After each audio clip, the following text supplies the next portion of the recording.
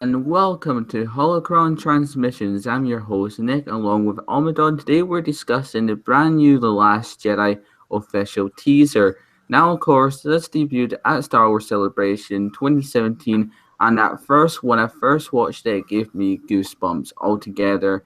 It was really good, so we're going to show you the trailer off first, and then we're going to get into our thoughts about it and what we think about the trailer, if it's going to be good or is it going to be bad this year for Star Wars? So just let me do that. There we go.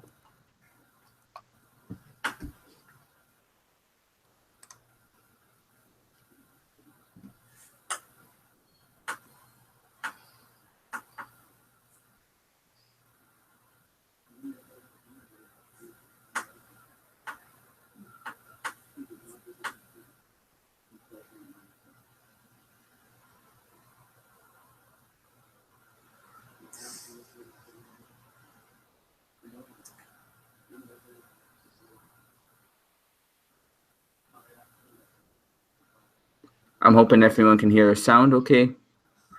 Yeah, because I'm hearing no sound on my end.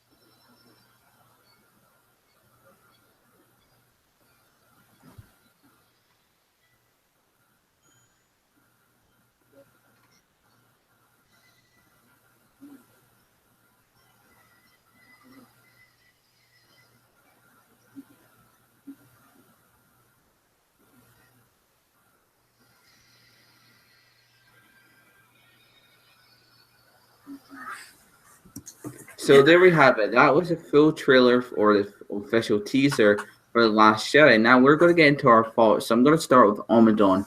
Omadaun, what was your reaction when you first saw the trailer?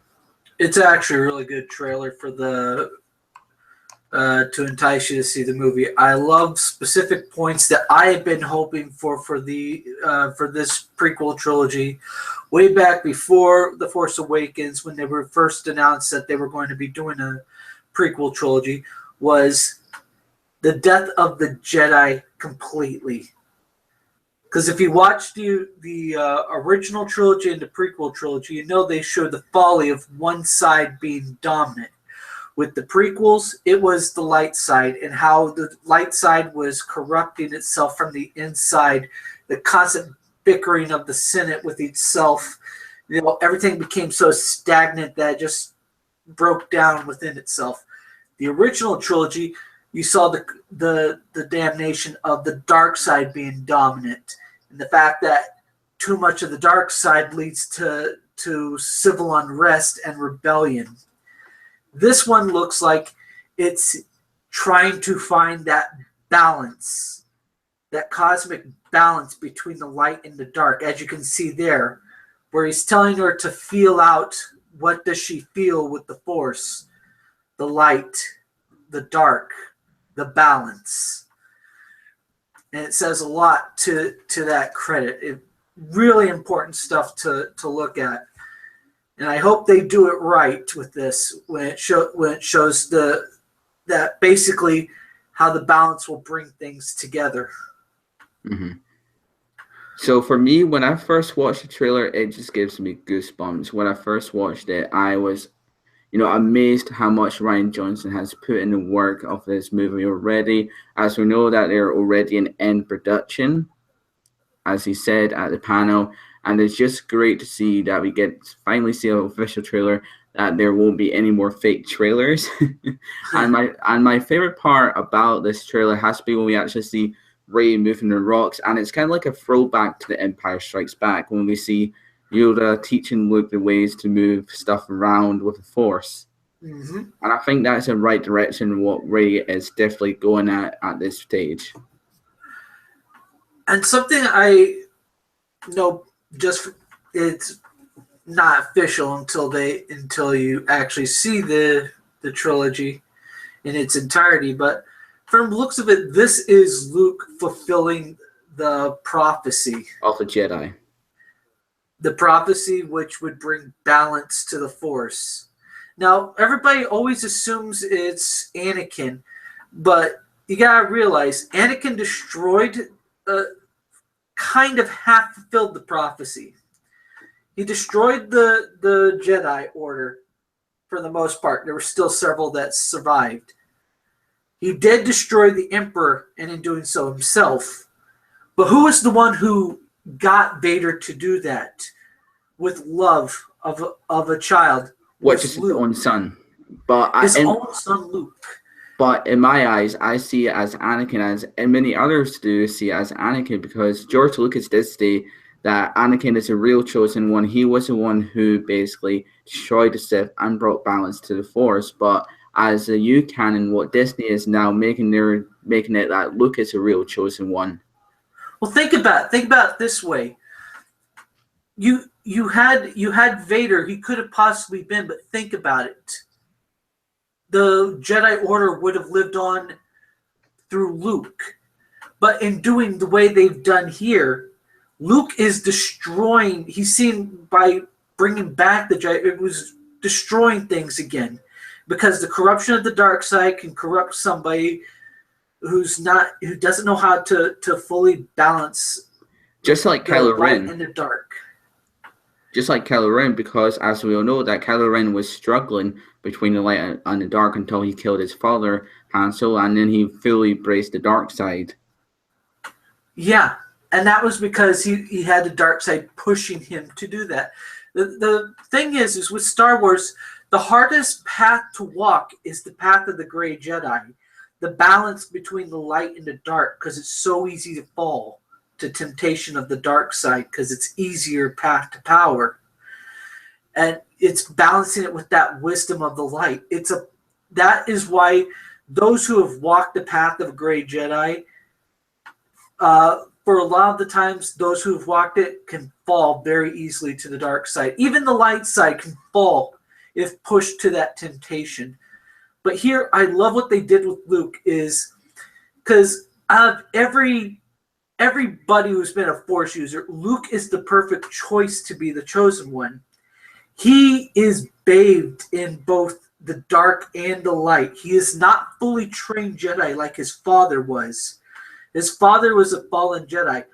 Luke is a Jedi who pulled back from the dark side. He saw himself becoming what his father became and refused it against the Emperor. And so doing so brought his father back from the torture his father had put himself under for over 20 damn years. Can I just say this? As in this screenshot here, we get to see resistance pilots going towards the U guerrilla walkers, as they're called. Now, they're like the AT-ATs, what we saw in the Empire Strikes Back, but they're modified to, basically destroy anything, I believe, what I read about it. And here, I think this is where we see the resistance pilots and these damaged vehicles, what they have either built from what they got destroyed by the First Order or something like that. What do you think? Here was the thing, that when they did the Force Awakens, what they introduced is the fact that the First Order, unlike the Empire, which really pulled resources up the wazoo and put the galaxy in debt constantly over because they were trying to build a war machine, a vast galactic-wide war machine. The First Order isn't doing that. They're building a war machine, but they're putting a crap ton of money into perfecting what they have. Because they just want chaos across the galaxy. They already caused that in The Force Awakens when they destroyed the Senate and basically the whole Republic. Right. Because it's easier to take control when everything is in chaos. But what I'm saying is, where the Empire was building an empire fast and large and vast to basically police the galaxy, The First Order doesn't do it. They have their own section of the galaxy that they're in. And what they did is they progressed and perfected what they had in equipment, in ships, and in weaponry. And hence why you're seeing these will be, unlike the AT-ATs and such, they're probably going to be more versatile in movement and capable of being much more of an assault of weaponry, unlike what previous predecessors of the AT series of stuff were. Mm-hmm. The AT-ATs, AT-STs, the AT-STs, and all such, going back through the Clone Wars and on back. Now, let's talk about the space battle here, as we can probably tell that this set where the rebels were their new base, but it's been under attack by the First Order. The First Order has finally found the base where the resistance are. So that's why they're trying to fight to get out of there before the the First Order actually comes to destroy them all. Now, as you see in certain clips, we do get to see them like in a used ship, of course. So that's probably their new command center, what they're going to use in the Last Jedi, of course, that they're going to use that as their primary base in a ship from now on. Actually, I think those are more of like planetary protecting ships. Mm-hmm. Although I will say this, if you notice, there's still an old Clone Wars era Jedi battle cruiser. If you see it zooming by there, just above the the newer version of the X-wing. Oh yeah, I see it. I think that's kind of interesting to think about there. There's still ships from that far back, still in the no longer the rebellion, but the resistance. Maybe they found it on a crashed planet and they fixed it up to use it in the fight against the First Order. That'll be kind of interesting to see, because as we all know, that resistance don't have many ships to spare, because they are a different order. They just basically gone rogue because the Senate didn't want another huge war.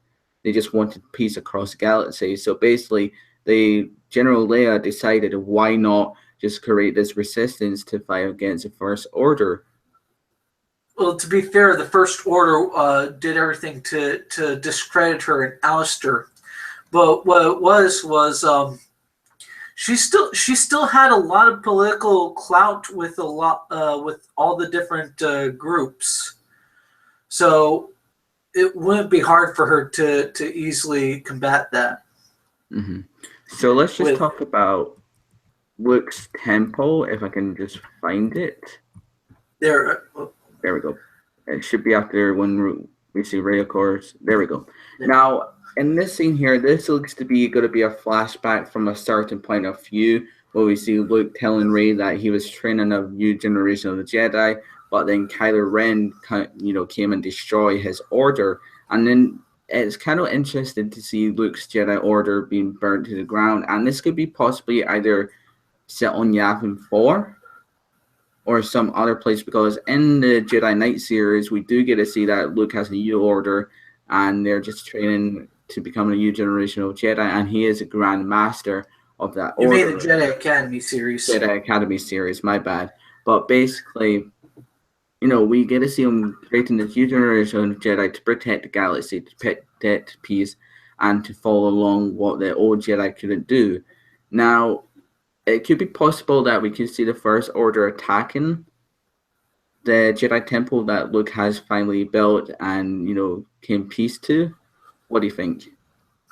Honestly, I don't think this is Yavin 4 for one specific reason. Yavin 4, the temples were actually ancient Sith temples that they had the Massasis built, and those were like huge pyramids. It's not Sith. These are not Sith design. This is very much more of like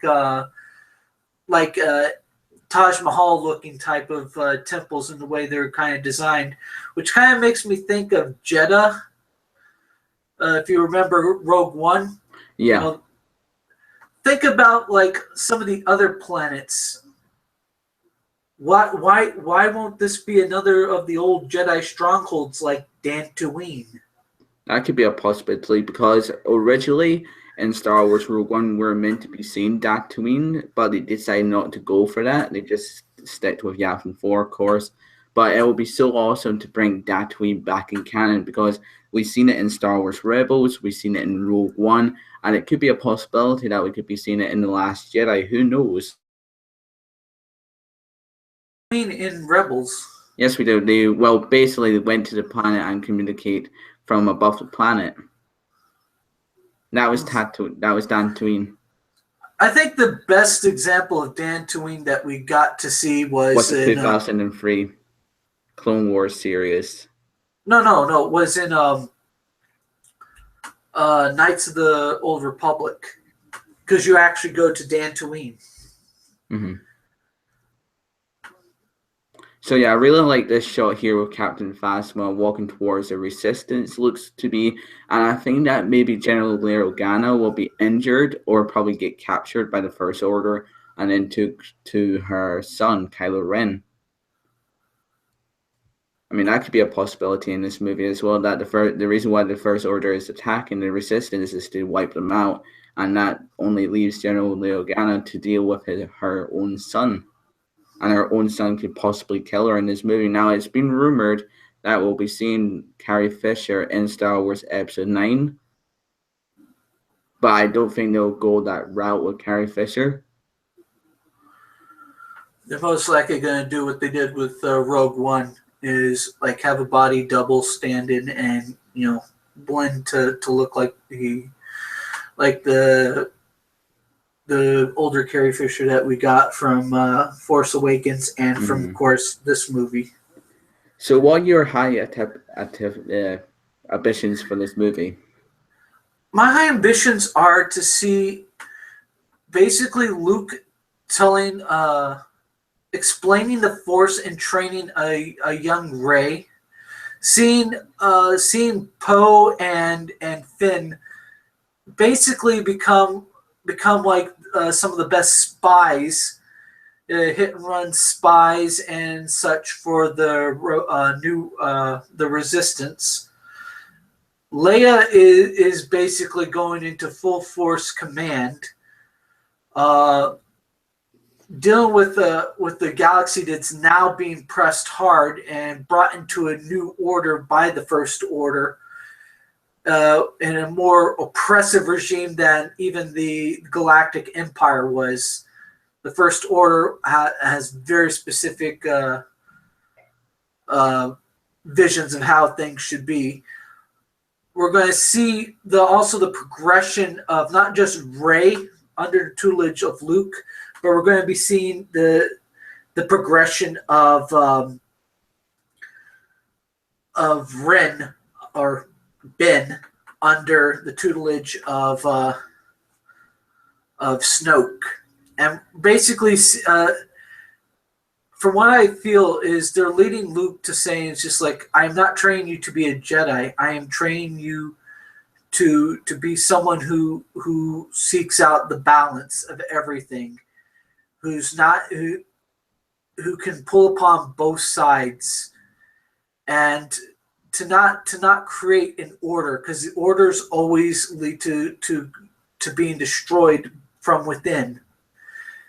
As he's going to tell her in backstory from Kylo Ren betraying and destroying the order, and what he wants was most likely why he left the galaxy was because he didn't want the galaxy to rely on a new Jedi Order, because they shouldn't be relying on the Jedi to fix their problems. They need, in order for them to grow, they need to fix their own stuff. And Luke has been away all this time trying to understand the mysteries of the Force and to create what he feels is a better way to do things, which is not within these orders, but in creating